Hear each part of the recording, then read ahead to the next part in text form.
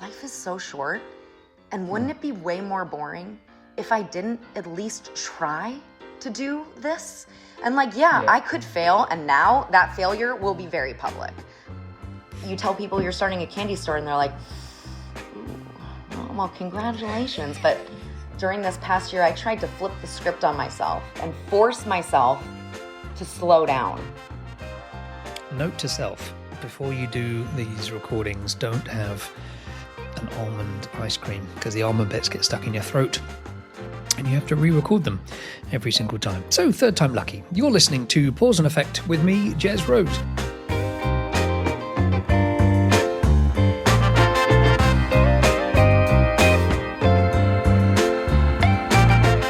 Now, you might have noticed, and both in listening and looking at Pause and Effect, that things are a little bit different. We've had a nip and a tuck. The first few episodes landed so well, and you've enjoyed them so much that we decided to make a bit more of a big deal of it. You know, a couple of years ago, I think I read a statistic that there were 1 million podcasts released in 1 year.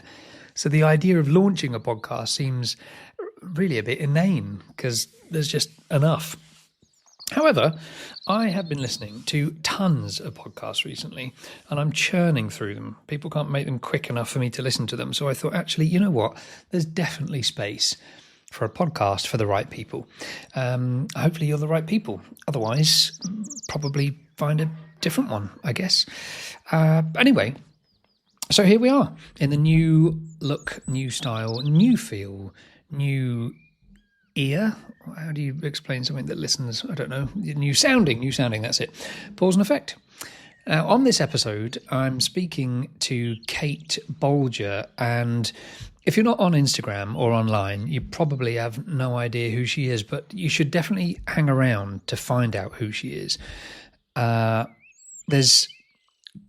She's quite radical, Kate, in many different ways, but in a kind of quiet way, the sort of way that I love radical to be. And what caught my attention first was seeing one of her Instagram reels.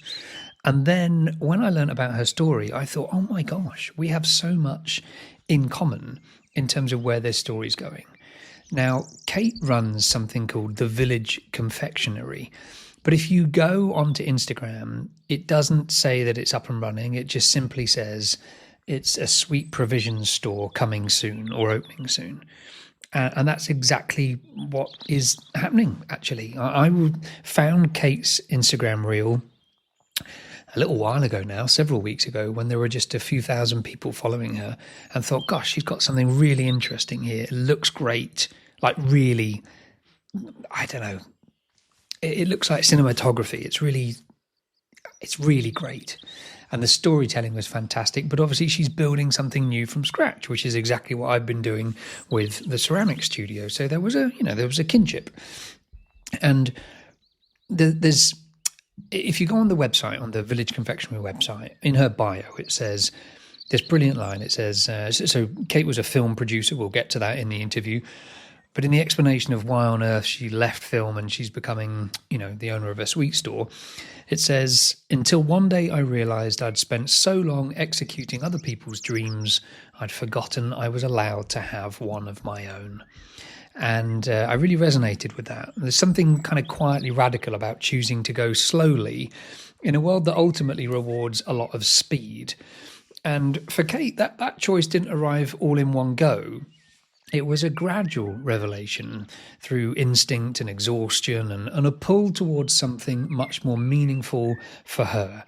So what began, I suppose, as a creative outlet became something much bigger, not just as a business, but a way of living, because what Kate's done is started to document her journey, but it's just blown up. It's gone from a few thousand followers, and then a couple of weeks later I was telling somebody about the account, showed them the Instagram account, and there are over 20,000 followers, and then over 40,000 followers, and people all over the world following her journey. And this brand that she's creating is, for her, I suppose, it's a different way of noticing things, a different way of making things, a different way of being, actually, as a mother, as a wife, as a business person, as a human. And she's creating this brand that feels as much about nostalgia and emotion as it does about chocolate. It's handmade, it's considered, and it's unmistakably hers. You should go check it out.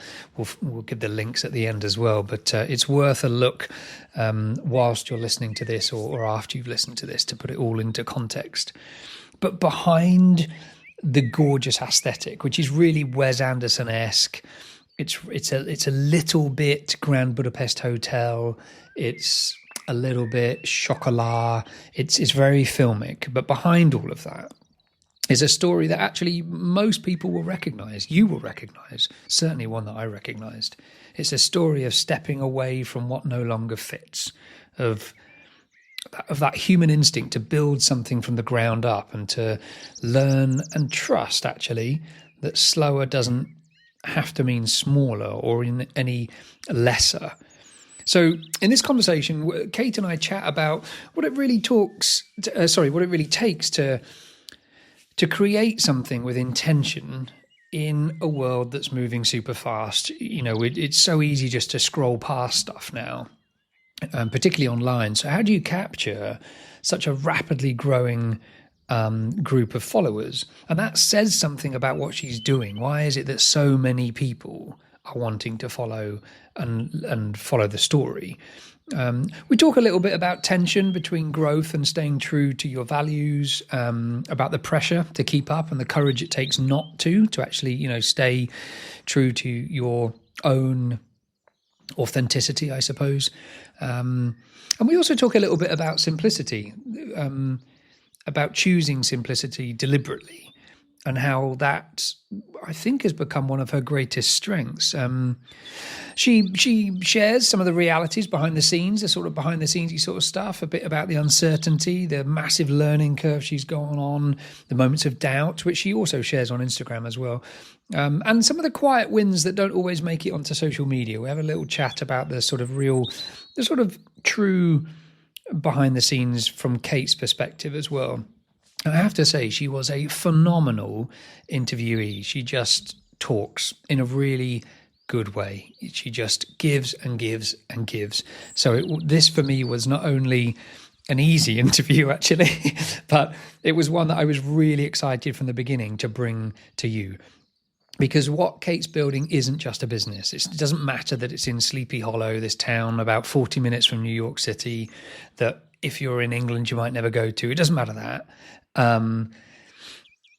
It's about rhythm and this philosophy. It's a reminder to us all that there's always another way.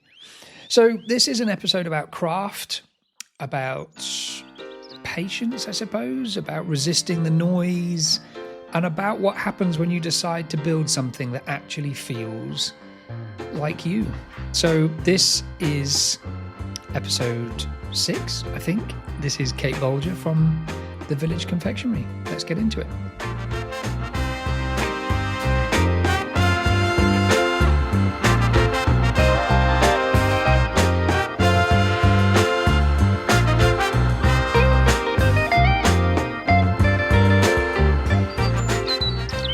Gosh, where do I even begin with this?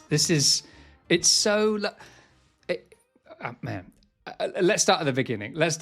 Because obviously most people would have come to you or found you because of this insanely cutesy Instagram presence that you have, that I'm almost certain someone said, "Oh, have you seen this?" And you had, like, I want to say something like 2,349 followers or something like that. It was a little while ago. You were one of the first. You were early. You reached out to me early. So yeah. Thank you. I like to say I've got my finger on the pulse. You do. I mean, yeah. You were the first person to reach out to me in any capacity. But it's because it aligns and connects in such a spooky similarity to what my partner and I are doing. So, but we'll come to that. This is really about you. So I guess most people have found you because of that. And there's a little hint at the beginning that you used to work in film. So I assumed, and I know nothing about you, I've resisted the temptation of doing any serious research. I assumed maybe cinematographer, some sort of camera op, maybe an editor. So you're laughing. So this is obviously, I love the fact that you're going to say, oh no, I just did catering or something. How, before the sweet shop idea, what is Kate V1? Yeah. How did you get there? Oh man. So I was a producer, which is funny. And I think, so I started off in physical production. I knew I wanted to be, I always wanted to be a creative. I've always been a creative. I always loved film. I knew I wanted to get into film and TV ever since 4th grade. And so I was very singularly minded. I, as a kid, the only way to get involved in it was through acting, and I did that. And I got to college on an acting scholarship, and then realized very quickly that, wait a second, I can now go, I'm old enough to like go behind the camera now. And I'm also someone just that likes, I like being in control. I like running the show. I like kind of being that person that knows everything, knows everyone. That manager, like I kind of really like that. And I liked working with people to hear what they wanted to do, to like what their vision was, and help them bring that to life on any budget size. And most of those budgets were small, but like, you know, there's a lot of creativity there.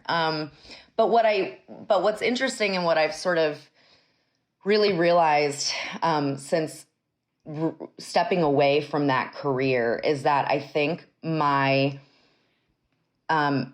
me following a producer path, I think was me trying to protect myself a little bit. And it was the safe route, because as a producer, you're not the one that is responsible for the creative. You're not.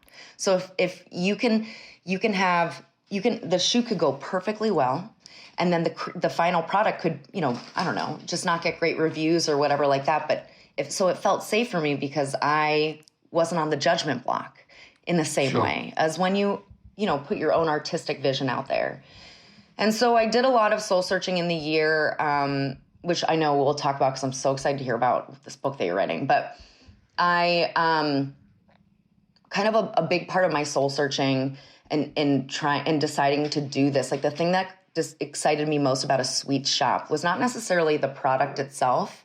It's the magic that comes with the entire experience. There's something about candy that transports any single person, no matter where you're from, how old you are, back to a place where I guarantee I always get a smile. Anytime I tell somebody I'm opening a candy shop, they'll do a double take and be like, what? And there's immediate interest, and it's almost like you can see for a split second that child inside. And so I kind of loved that place creatively, and I was like, oh, how can I bring this to life in an experiential way that sort of feels the way a film does, that you have your audience in the palm of your hand for an hour and a half, right? And how can I have my new audience in the palm of my hand for the 20 minutes, 30 minutes they're in the shop, or less than that? And so that's so I started as a producer, and then ultimately through this journey of coming over to confectionery owner, the biggest hurdle for me was embracing my creativity and owning it. And so actually, I was terrified to post on social media. I had a few reels made weeks in advance. I was convinced they were so weird. Everyone was going to think I was so bizarre. My film friends were going to judge me because suddenly I'm like making stuff on social media. I just had so much fear of judgment, and just fear of being vulnerable on like a large scale. And so when I posted that first video, and we started to notice very quickly that the numbers, I was like, I think within an hour, I was like, why? I have 2,000 views. I don't even know 2,000 people. What's happening? It was sort of by the end of that first week, it was this unbelievably emotional, just sort of like validation that all of these years that I spent helping other people make their visions come true, convincing myself I was not a writer, I was not a director, I was not any of those creative sort of things. In fact, I'm all of them. And so like that was I think a really big moment is for me the transition from like really producing and managing to owning my own creative vision, and yeah, I don't know. Did I answer your question? Yes, you did, and more, as I suspected you would.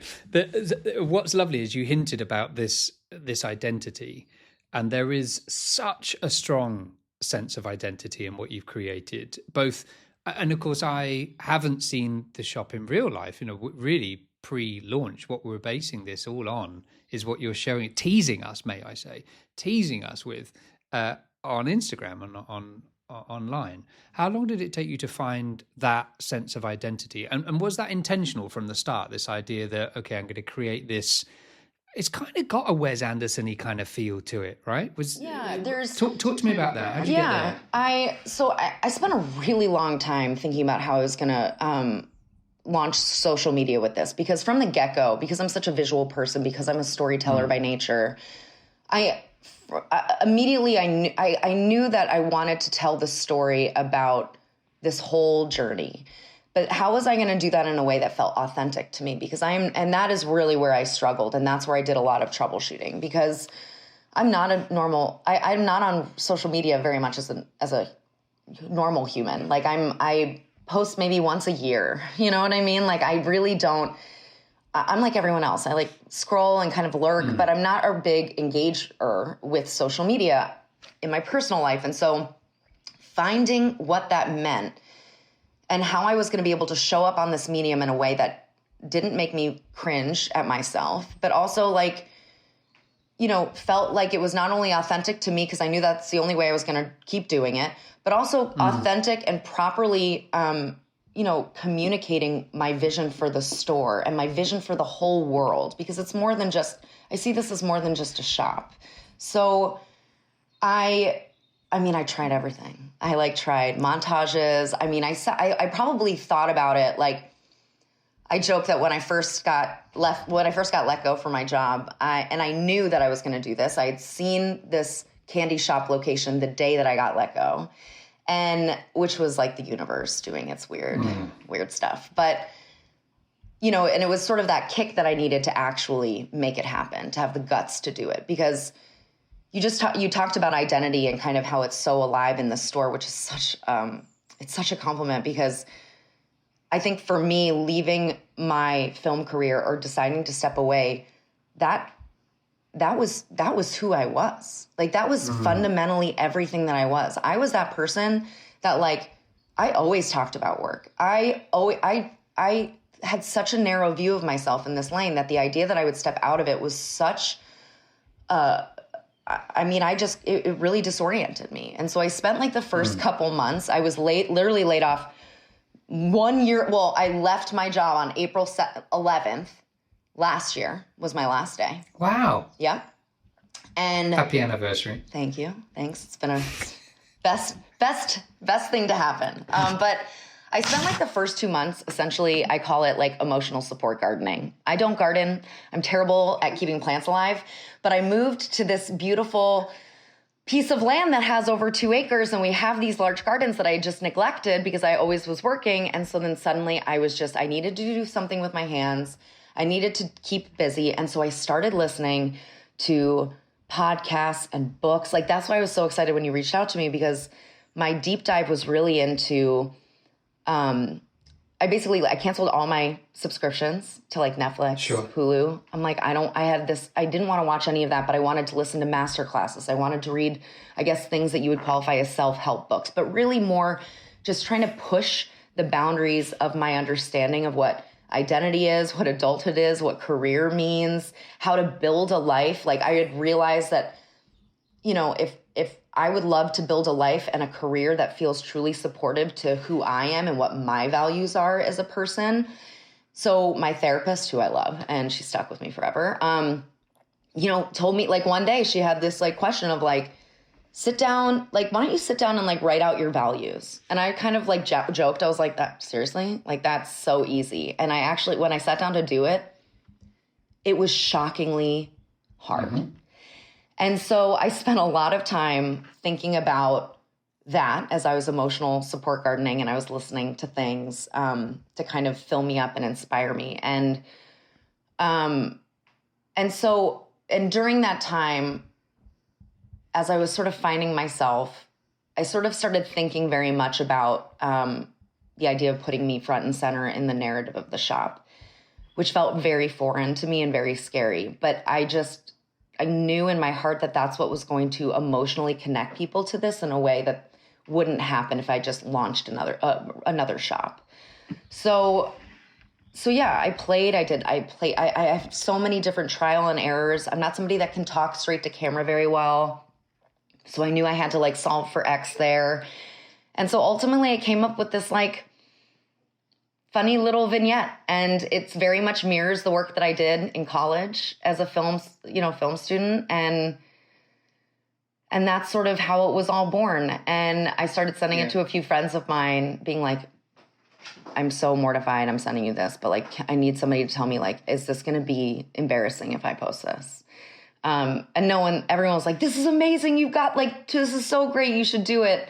But yeah, it was I think like in order to get here, I had to go through this like year of really, finding out rediscovering who I was in this new age and stage of life in order to properly show up in an authentic way for my business. It's fascinating. It makes perfect sense. And this is why I think, without this detail, it's interesting how I just noticed that connection. And it's the reason I wanted to write the book, because I recognized that exact story. I made the decision that I was going to leave my job as a speaker.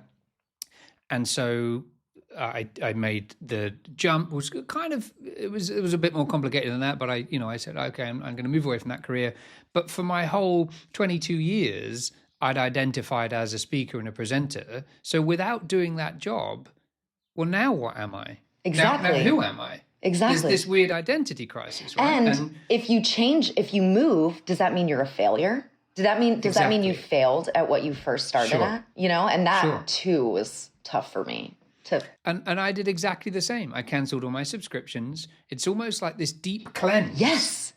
And then you go off and you say, okay, I'm going to seek something without really thinking about it. I'm just going to be, you don't consciously think I'm going to be a sponge and an open book, but it's almost like your soul does this reset. And I came up with this reset principle, which I'm now it will be in the book, and I'm talking a bit again, because there's this working out what that new identity is and who the new version of you is. The way I describe it to my friends is, and we'll talk about that tension you've already alluded to, and that kind of, what are my friends going to think about the fact that I'm doing this? Like, who is this new Kate, right? I described it to people as it's almost like I've taken a toy box and emptied it all out. And I'm now going to look at the toy box. Is the toy box I want? Do I need to redecorate it? Do I need to paint it? Does it need to be bigger, smaller? And I'm going to pick up every single toy and look at it and say, is this get chucked out? Do I put it back in the toy box? Does it need to change? First thing that went back in the toy box was my dog Woody, and then everything else after that, right? So you, during that period of that sort of process of that period of identity crisis, I suppose, without that maybe sounding a bit too dramatic. No, perhaps? I mean, I think it sounds dramatic, but it's also like the reality of what it is. Like I do think that, and it is. It's sort of a weird little identity crisis. And what I found during that period when I was posting online about this, I was very honest about it, very open on my Instagram. It was incredible how many people would send me messages or comments that absolutely got it. That there would be excuses like I'm too old now to do what I want to do, or I wish I'd have followed my dreams, but there's a human connection to this idea of starting again anew, and following an innate passion, which is, I guess, there'll be some people along for the cutesy ride, I guess, because it's filmic, but there'll be a lot of people that really connect with you and the journey, the life journey that you're on. Well, and oh, sorry, go ahead. No, please. I was going to say that's, I think, what was the most insane, kind of startling experience about this whole, the social media going as wide as it did, because the amount of DMs that I've gotten, like, first of all, the comment section in and of itself is just like the most beautifully supportive place. But the DMs that I got from people instantly being like, I'm in the middle of this, or I'm considering this, or, oh my gosh, I feel so seen. The amount of film and TV people who are like, you are saying things like, because there's also a huge, entertainment right now, especially in Hollywood, is crumbling. It's like they don't know how to make money. It's like the last few years, basically since COVID, has just been like punch after punch after punch after punch. And I've had friends that have been unemployed for over a year. And so I think it's like, to me, I was not expecting for what I thought was an emotional sort of like admission of this big step that I took to be so widely connected with. But if you think about it, even from a storytelling standpoint, every good script has to have some sort of redemption for the main character in some capacity. And so, here I am sort of giving, allowing people to kind of go on that journey with me. And yeah, I mean, I will tell you, like, it's really helped me in terms of like I have like a renewed sense of like, keep going. You got this. Yeah. People, it's therapeutic, like, right? Yeah, it is. And it's also just like, I mean, I think we're taught and we're conditioned in society that you like find your passion if you're lucky, and you make it into a career if you're lucky. But like, you spend so much of your time at work that it becomes part of your self-worth. And I think that is what can be really dangerous. And I'm trying to, I mean, in this new career that I'm building, even though the confectionery feels so much like my baby, and I'm so, it's not even open yet, and I'm so proud of what it's done already, and I hope to continue making it as wonderful as it is in my brain. But, I think that normalizing this idea that, I mean, if you think about it, career changes are so natural if you look at human development. Like, of course we grow as people. And of course, as we grow, our interest changes. Our passions change. What we decide, you decide throughout your life, so many things happen to you, whether you decide you get married, or you decide to have kids, or you decide to move. All those things affect the way you view your priorities.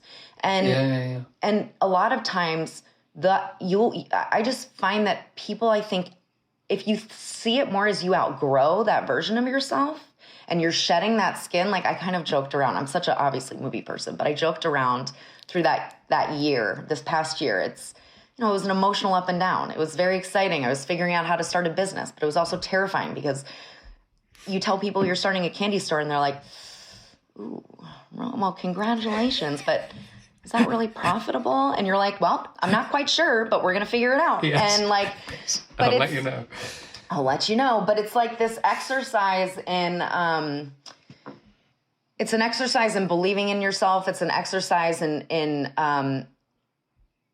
it also, like, it turned into an exercise for me of like, how do I build this new thing so that it's not my identity in that negative, all consuming way, but it's actually like building upon, like I said, the foundational values that I have now as a 37-year-old woman in my life, which are different from how I was when I was 21, when I entered the workforce. So yeah, I don't know. I'm just like normalizing, normalizing all those things. And I will say the other thing that really helped me during all of this, which I know you're kind of, we're talking for like two different things, but I'm so excited about this book you're writing simply because I was grasping for things like this during what I came to kind of call my sabbatical, because I started listening. I listened to a podcast, and then I went down a rabbit hole of sabbaticals about the power of a sabbatical. I think it was a TED Talk, actually.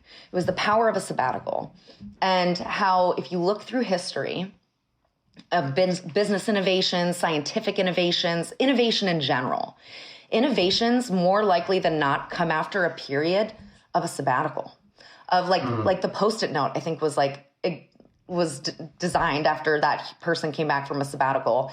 And in Europe and a lot of other countries, sabbaticals are commonplace. But in the US, we don't have them. And so the second I started, instead of feeling bad, like, oh, you got let go, you don't have a job, the second I started to try and shift into the lens of, this is your sabbatical. You are rebuilding. You are growing. You are becoming stronger. This is your moment to like, I don't know, absorb everything and decide kind of like the second I saw it through that lens of power instead of that lens of loss, then I was like, I came alive and I got, then the emotional support gardening got less filled with tears and more like, more filled with ideas and more filled with excitement for ideas, which ultimately led to the entire world of the Village Confectionery. So you touched a little bit there on this pace, and it's got a lovely, genteel pace to it, which cannot be accurate because I've had a retail premises before, I've launched businesses before. It's far from. I feel so much of what you're doing. I'm like, well, I know for sure when I'm up at like 11 p.m., like trying to grapple my head around something, whether it's like copy or a line of something, or whether a logo looks better with that one tiny little thing or without, and the designer's going, well, I don't know, I like both. And I'm like, no, that doesn't help. I'm thinking she's definitely doing this as well. So a lot. Yeah, I emailed Kat, I think at like 11 o'clock last night. Because that's when I could get back to email. So yeah. But a lot of people, I think, will be able to relate to feeling the pressure to grow quickly. Yes. Particularly now, 2026, the world society rewards fast, instantaneous growth, shortened attention spans, the output. We don't have time anymore. Well, we do. We just don't make it. Are you feeling that tension between scaling and staying true to your sort of pace, or how do you deal with that? Yeah, that's a great question. So it's funny because one of the big things that I've personally been grappling in myself is I have always been that person that's like racing for the train. In fact, my family has this famous story of when my parents went to my second grade parent-teacher conference. And my teacher literally said to them the first thing, she was like, well, I don't know what train Kate is trying to catch all the time because she just moves through everything so fast.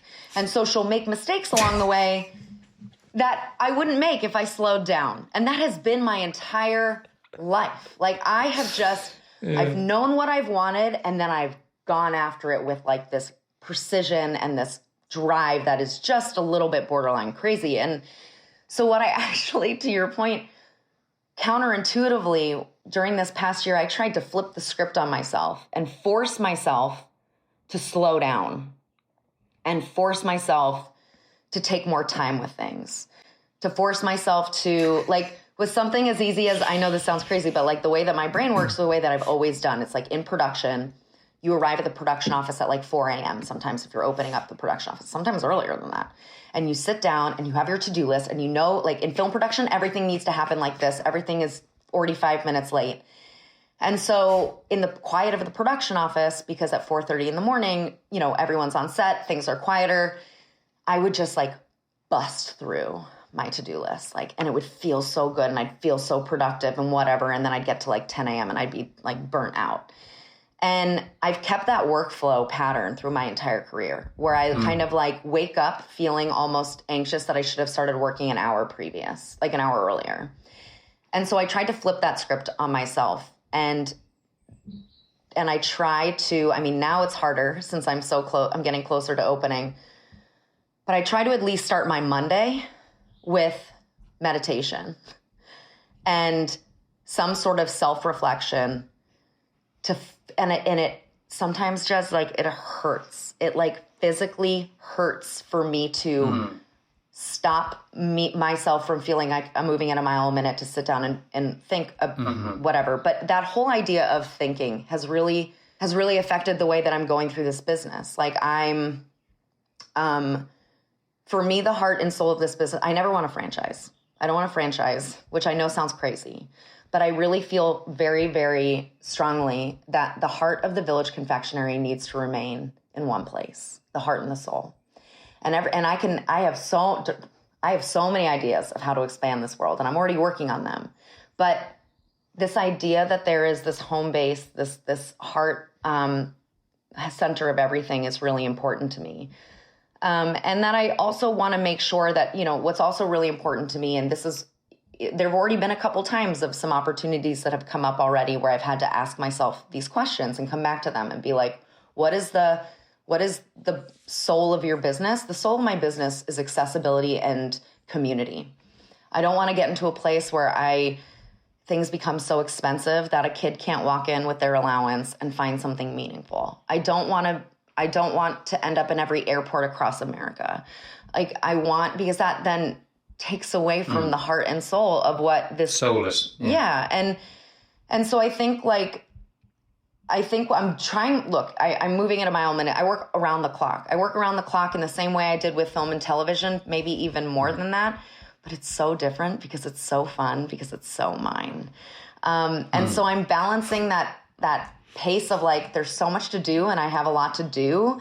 But when it comes to the overall decisions of how I'm growing things or I'm trying to slow that process down. But for instance, social media went crazy and people started asking when can I buy stuff? Can I buy merch? So suddenly I got into this feeling where I'm like, oh my God, I should have merch available by Friday. And then I had to, so I'm like, no, I don't want merch available by Friday because I want it to be right. And I want it to be good. And there's no reason why this needs to get out on Friday. Let me make sure it's intentional. Let me make sure it's cohesive. Let me make sure it's good because at the end of the day, it'll probably do better that way than it will if I rush it. And so I think that there is, obviously you have to keep up with the demand of a modern society and an internet, 24-hour cycle essentially. But I've found that in the moments that I slow down and work against that current, it's when I've made some of my best decision making, I think, for my business. Yeah. Hello, it's me, Jez, and I'm interrupting quickly to let you know about my short, free monthly email. It's read by 29,000 people all over the world, give or take. I haven't counted exactly.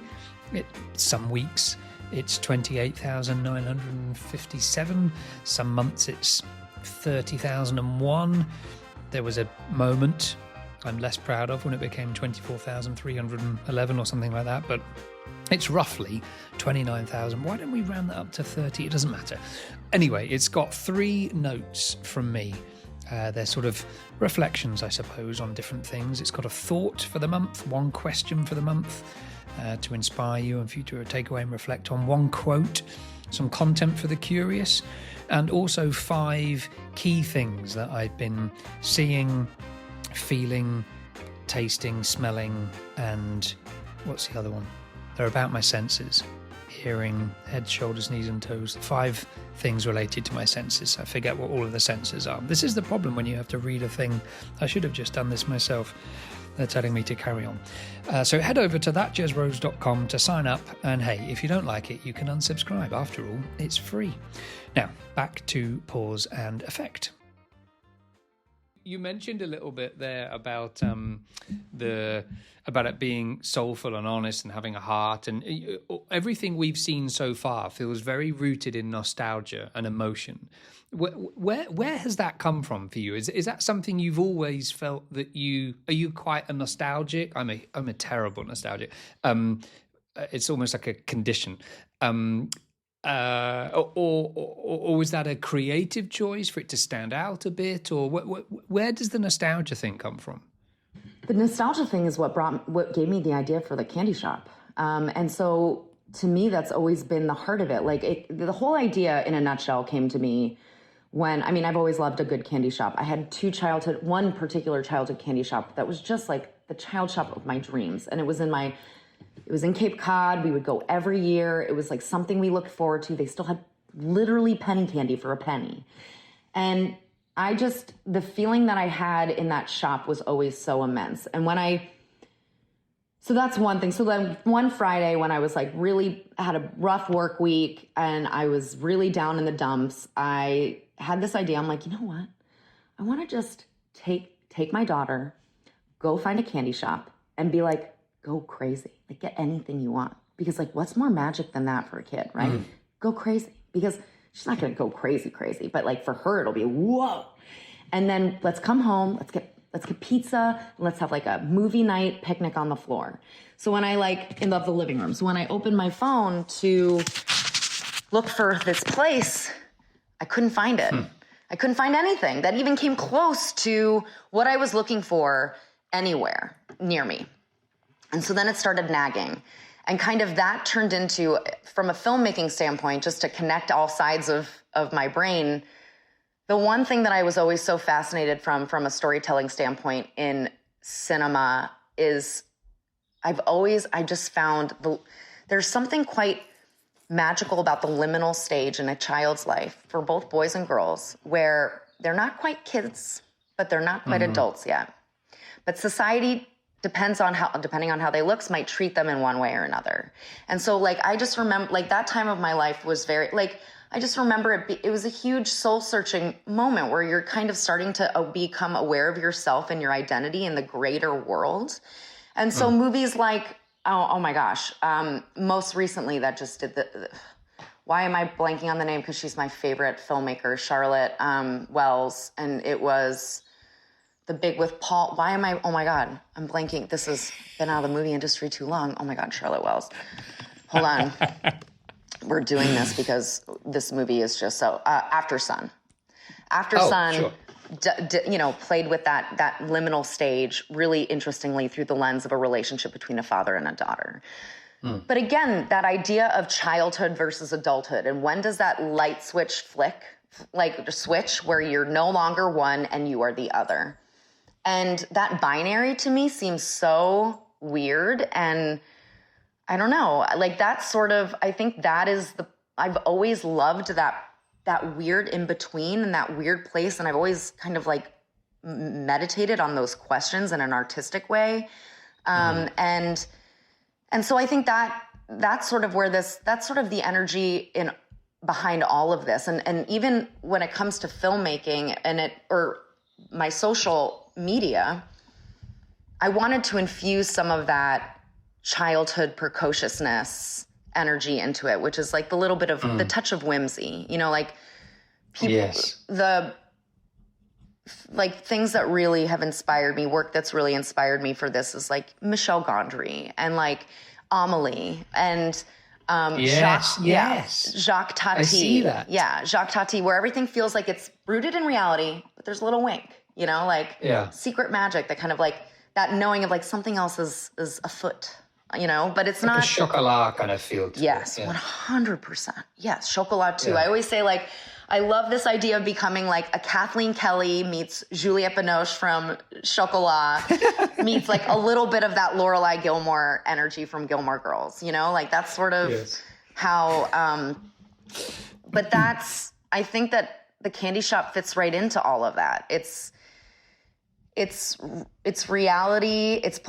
But with a wink, it's playing with people's perception of what their version of nostalgia is, where everyone comes back to something different when it comes to candy. Yes. And I think we're all craving it. I think everyone wants to go places that feel safe and comfortable and exciting and just a little bit of an escape from what's right outside the door. Well, and also I suppose there's a degree of going back, because that's what it feels, to something that because I think globally people don't really know what on earth is going on right now with the world. And certainly the future is so uncertain, particularly right now, geopolitically, that there's like you say, there's a safety in nostalgia, isn't there? There is. And I think that also the one other part of this that really, it dawned on me during one of those emotional support gardening moments. To your point that the world feels really divided right now, kind of more than ever before, especially in the U.S., where we feel as a country very divided. What I soon started to realize as I was diving into the world of sweets is that there is something so beautifully connective in sweets, in that every culture. First of all, the number one universal taste profile is sweetness. It's the only taste profile that does not change between cultures, which is very interesting to me. And on top of that, every culture, every region has a sweet treat that is sort of a part of their identity that comes from that place, that comes from that place for a reason. Because that, like for instance, even within the US, you think about it, like the South, they love sweets. They love really sweet tea. They love peach. They love orange. They love flavors of things that actually natively grow there, right? That natively speaking, back in time, that's what people were using in those areas. Sugarcane too, like that's where sugarcane was grown. And so of course that is, our southern regions have more of a sweet tooth than some of our northern regions do. But then of course you come up north and you have, on the Cape and Martha's Vineyard, it's all about saltwater taffy or fudge in the summer. Or you go out to Pennsylvania and their candy is so much different. It's so caramelly. It's much larger in quantity, very nutty, very tends to be chewier. Like to me, there were so many different, interesting regional differences and cultural differences that suddenly I was like, wait a second, could candy be the secret for bringing us all back together, to remind us all that at the core, we really are all one of the same. And there's a beauty in sharing kind of what makes us unique with each other. I don't know. Maybe not. We'll see. Well, listen, let me pause on that a second, because I want to ask a slightly more challenging question. I want to dig a little deeper into this. But because what I'm fascinated about is being able to get to talk to you is this is the behind the scenes, right? This is like the peek behind the Wizard of Oz curtain to see what's really going on behind there, because it looks like everything's so figured out, Kate. It's beautiful to watch. It is. There's a serenity to it. There's a humanness to it, and there's this lovely applied logic, which I suppose. I was going to say critically, that makes it sound like I'm criticizing. I don't mean in a criticizing way. I mean kind of in a logical way. You can see, okay, well, here's the storyboard for the Instagram, reels, and there's going to naturally be a linear kind of, story to it. But being drawn into that, what I want to know is, have there been moments since the kind of reset where you've maybe questioned the path that you're on? Have you kind of thought, do you know what, maybe a sweet shop's a silly idea, or is this getting too big, or, oh gosh, that's a massive loan, I've got to pay it back? Or talk to me about some of those kind of the questioning moments.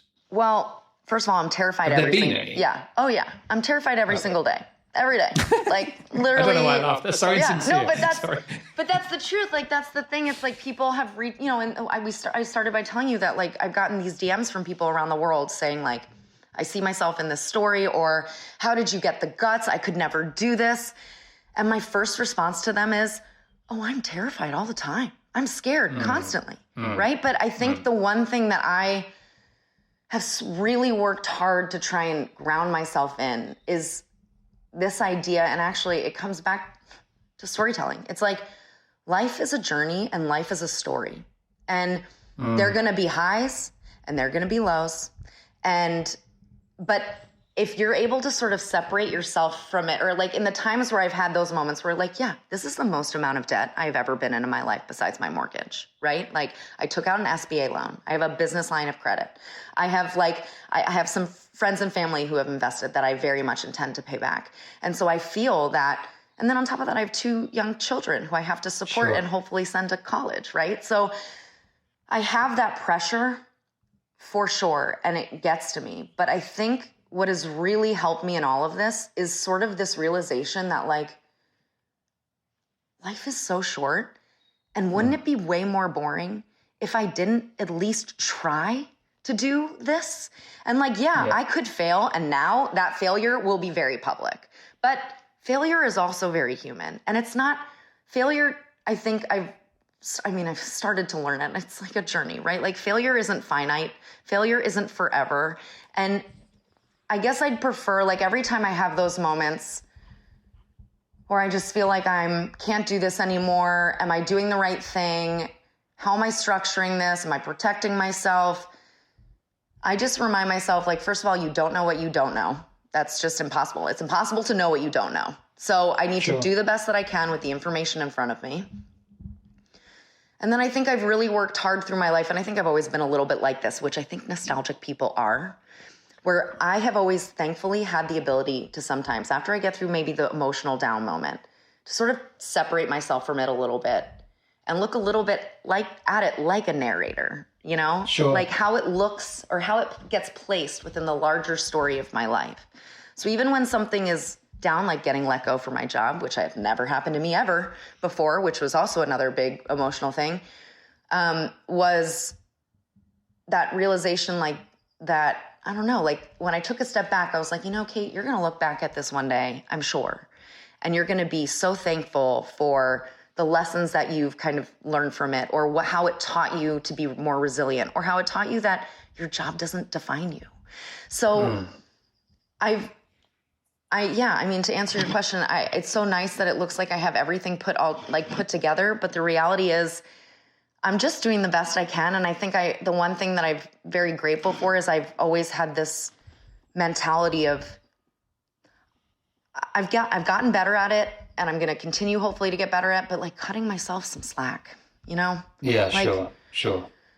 But yeah, I mean, I'm scared every day, and I'm scared that the decisions I'm making, like, are there going to be lasting permanent effects? But then the other side of me, like, I always talk about shoulder angels, like this shoulder angel is saying this, and then this shoulder angel is saying this. And I always try and make sure that I end with the good shoulder angel being like, sure, put it into perspective. Like, even if this doesn't work out, you're going to learn something from it that's going to then help you in another way. And so that's how I try and think about it. But yeah, I mean, I could fail very publicly in the next year, and I know that. Yeah, sure. And at the same time, that's not, I think I've now I've sort of earned enough grace and compassion that, like, I'm not necessarily, obviously I'm afraid of not being able to pay back my loans, but I also know that I'm a survivor and a fighter, and I will figure it out. Find a way. Yeah, sure. I'll always find a way. I wanted to ask this, and it was a sort of banked question to one side, because I thought I need to see how well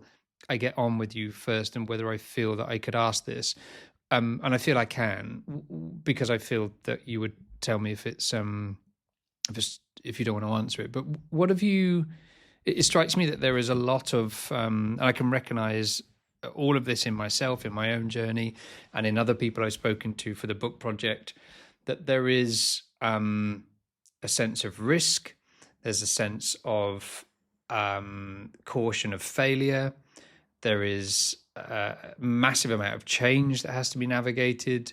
There's a whole ton of uncertainty.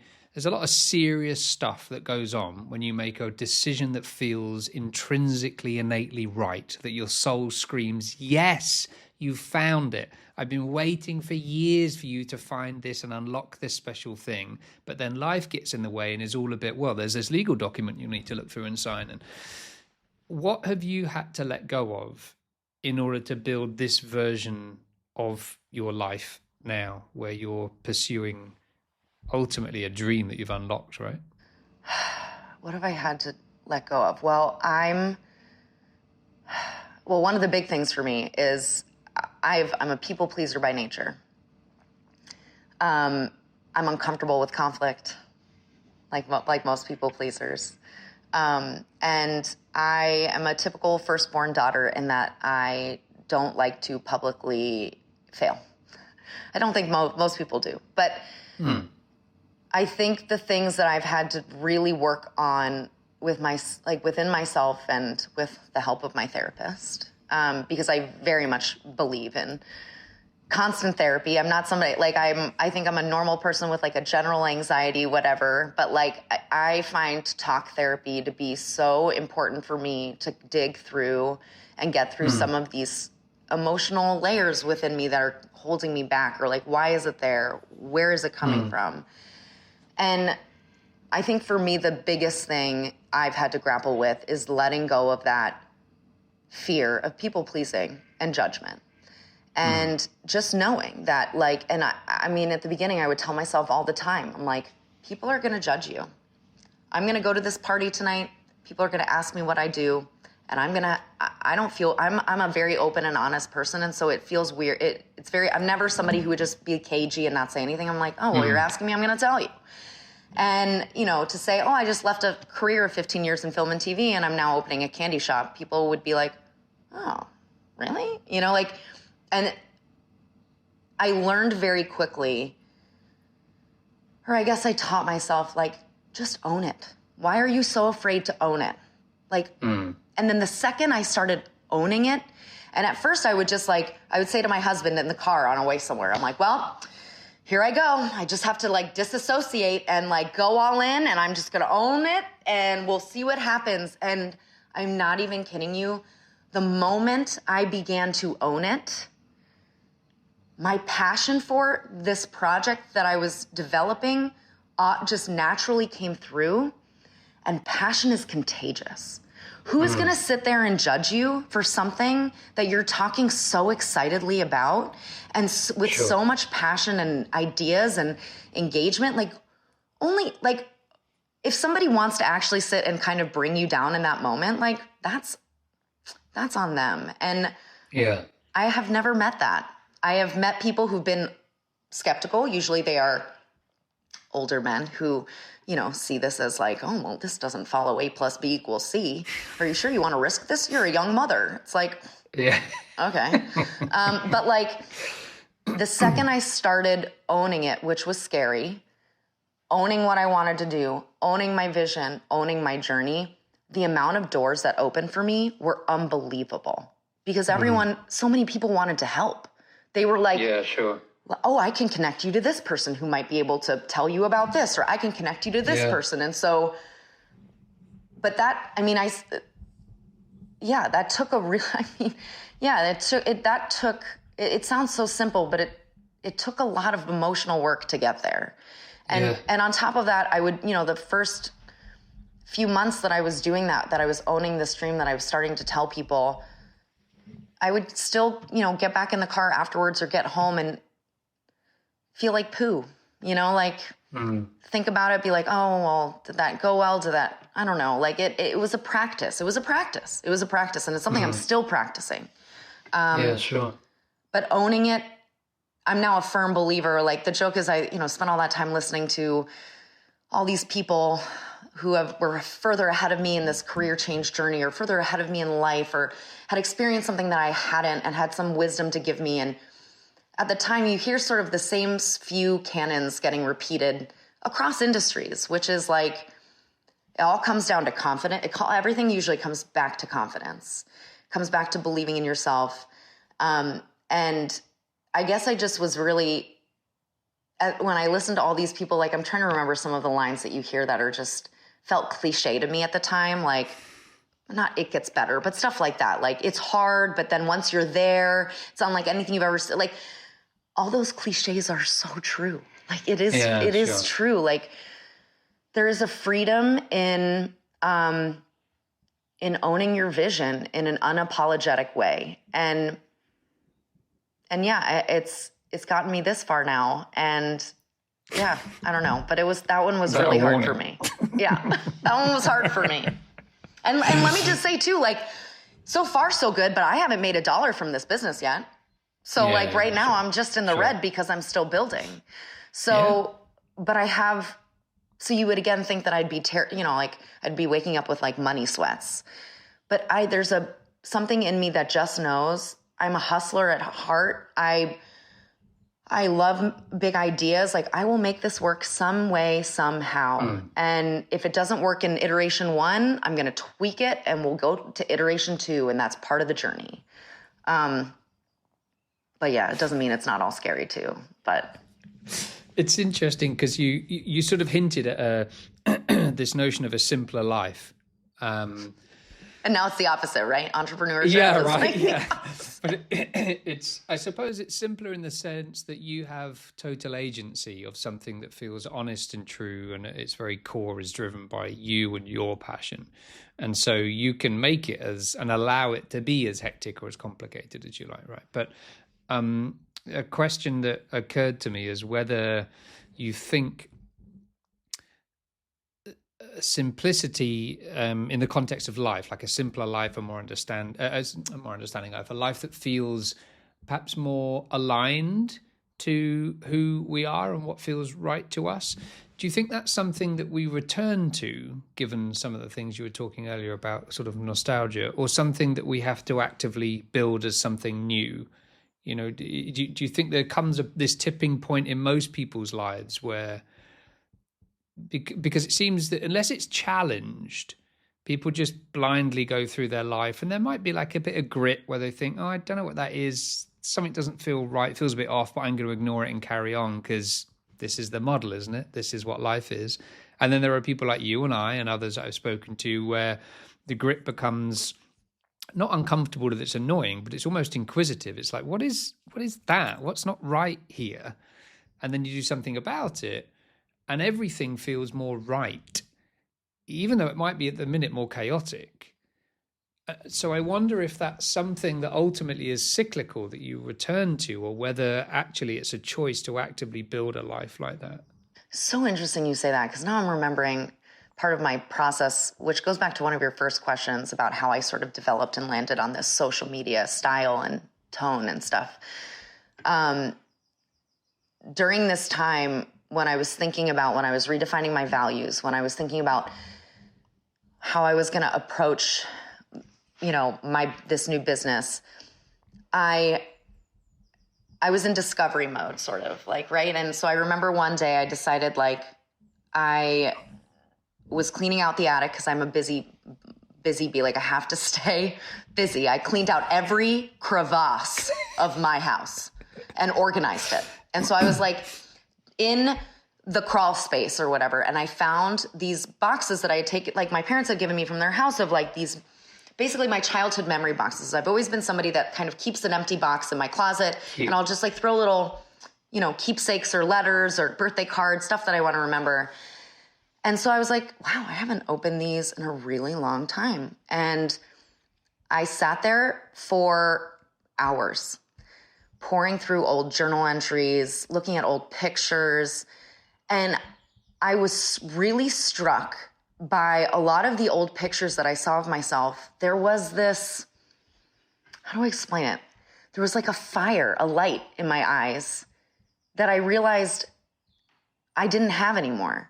And I was like, what, that energy, I was youthful. So like, you haven't been hurt or burned in the way that you do when you get older and you move through life. But like, there was this hopefulness and this sort of like thirst, or like a hunger for adventure and for risks taking. And like, I was like, how do I come back to that? How do I find that within myself again? And so that's when I started thinking about like, well, what did I do back before, when I was a kid, like when we didn't have the internet all the time and we weren't scrolling, right? Like, what did I do to fill my time when I wasn't doing theater and I wasn't doing schoolwork? What did I do to like fill a Saturday? And I started there, and I started kind of taking bits and pieces, like remembering who I was almost. And then I remembered college, like when I started producing stuff in college, that I really had this like little series of something called Just Another Daydream, which I'm gonna, I think, try and replicate with the shop, which was essentially, I worked at the coffee shop in the center of campus, and the whole concept of the short, again, it was no speaking. The whole concept of the short was I would serve a customer, and it was, you know, if it was a young man who I found like remotely attractive, my brain, I would go into this daydream of like, what would our love story look like? And it was like everything was sort of its own cliche, depending on who the guy was. And then like at the end, I snap out of it for some funny reason. And I remember that time I was like, I loved creating those. Everyone loved watching them because they were small, they were digestible, they were satisfying. Relatable. There was a little bit of magic to it. And so it was through my exploration, that self-exploration of me going back and to figure out who I was as a kid, who I was as a young adult, and where I lost those threads throughout, like along the way. And that, you know, once I realized like, wow, those things, I let all of those parts of me fizzle or just fade into the background. And that's when that's when I decided, I'm like, I feel like those maybe those are my magic powers. Let me bring all of those back front and center and see how I can use those powers to develop this business idea. And honestly, I think, so to your point, like there is, I think there are some people who go through a change like this and see it as a new identity, as a new me, I'm seeing it more as a return to myself. And as your true self. My true self, a return to my true self, but also acknowledging that the journey that I've gone through, I wouldn't have gotten to work with the filmmakers that I got to work with, and I wouldn't have been in the rooms that I got myself into had I not had that chutzpah or that fire or that adventure that lived within me.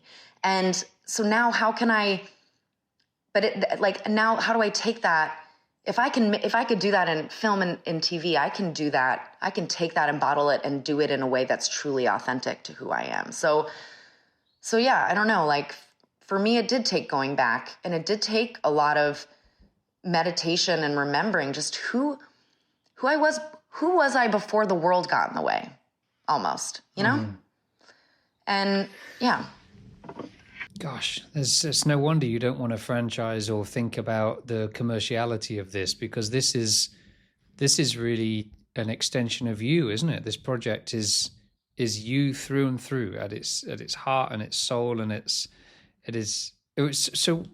beautiful. You are just a dream guest. Oh, Kate. You're so sweet. And just to like I do want to grow this, and I have a lot of ideas as to how to grow this, but the growth is going to be different than what you might think normally for brick and mortar. And, I would be lying to you if I didn't say that from the get-go, I already had ideas of how I could grow longer stories within this world, and what would that look like? And how could I use this world to also like return to storytelling in my own way? And like, obviously there's merchandising and creating chocolates and sweets on my own, which will come to, but like the growth is so, and the hunger for growth is so alive in the confectionery, but it's alive in a different, I guess like not, I guess the usual growth mindset way, where I want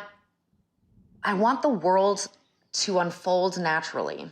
I want the next iteration of this to feel natural. Maybe I do open a second location, but maybe it's not a confectionery. Maybe it's the village, something else. I don't know. But, yeah, sure. I see this whole... But the point is that's secondary. It's driven by the heart of the project. Yes. I want the soul to guide us of this business, to guide us as to where it's going next. Instead of just being like, oh, well, okay, location 1 is done. Now let's think about location 2. But yeah, I also am aware that like, I don't know what I don't know. So like things could change in 6 months, things could change in a year. And I'm trying to remain very open to all of that. Like this is all new to me and I don't know what to expect. And so far it's surpassed my expectations, and already things have happened that I never would have expected to happen. So like, which has just proven to me that all I can do is be present and do the best I can with what I know right now and take it from there. Well, that's answered my next question, which was what's next? Well, we've kind of covered it. Yeah.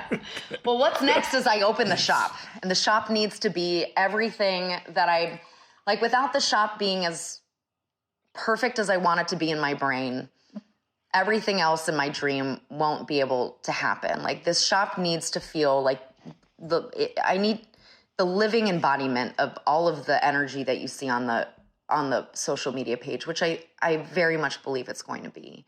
Thank you. Well, the tagline for me is that the opportunity to start again never expires, and that is that I've lived that, and it sounds like you're living that as well. Thank you. This has been wonderful. So there you are. Cool, isn't it? Imagine building a sweet shop. It's kind of got Willy Wonka-esque and Charlie and the Chocolate Factory sort of vibes about it, but modern and less shouty, less Hollywood, more high street. It was a joy speaking with Kate. I could speak with her for hours. In fact, I'm due to head over to New York later on this year, and Kate's shop is going to be one of my guaranteed first stops.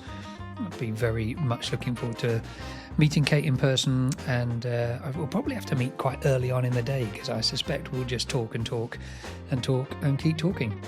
It was a joy, not just for sharing her story, although that was of course incredibly joyful, and I'm grateful for that from Kate, but I'm also grateful for her showing what it looks like to build something with care and to take the time to be really honest about something.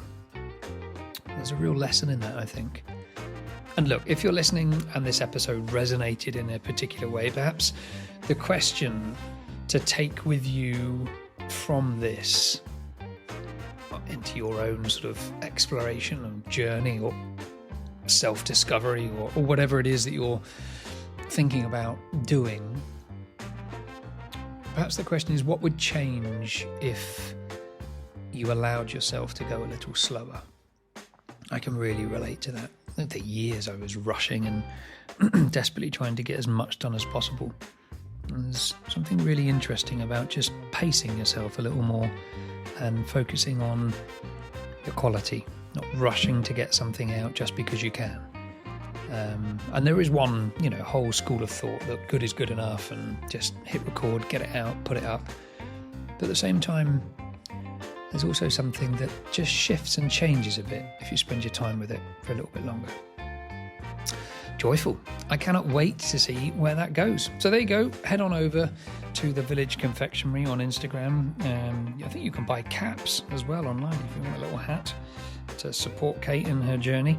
You can go and buy those online. A founder's cap, or baseball cap. Otherwise, if you're anywhere near Sleepy Hollow or near New York City or the East Coast of America, there's only one place to go for sweets, and that's the Village Confectionery. How fun. So until next time, you can do several things, I suppose. The first thing is to subscribe to the podcast if you haven't done already. That's super important. Everybody says that, don't they? I sort of get bored of hearing that. Every podcast, they're like, subscribe, rate, review. But I get it. It is important. So if you haven't already done so, hit subscribe, and then Apple says, oh, look, there's somebody else that thinks that's interesting. Maybe it is interesting.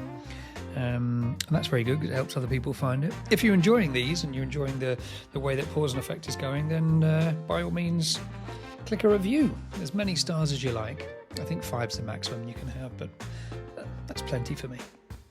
And then if you're not already following me, you can head over to Instagram at thatjezrose and see what I'm up to over there. And then, of course, there's the journey. If you're not subscribed to the journey, thatjezrose.com/journey. It's absolutely free.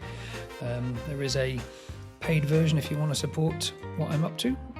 Then that's obviously would be lovely. You can buy me the equivalent of a very cheap cup of tea. I'd drink it. I mean, I do love tea. I probably wouldn't drink gross tea. But if you bought me tea, out of deep respect and gratitude, I would drink it. So thanks for that. But you'll find a ton of resources there. Lots of essays, lots of videos, and a live video from me every month. You can join in and ask questions. And one of those questions might be, why'd you blabber so much on the podcast, Jez? Oh no, because it just goes on and on and on. And look, you're still here. So am I. I think it's time that we went. All right, I'll see you next episode. Ciao for now.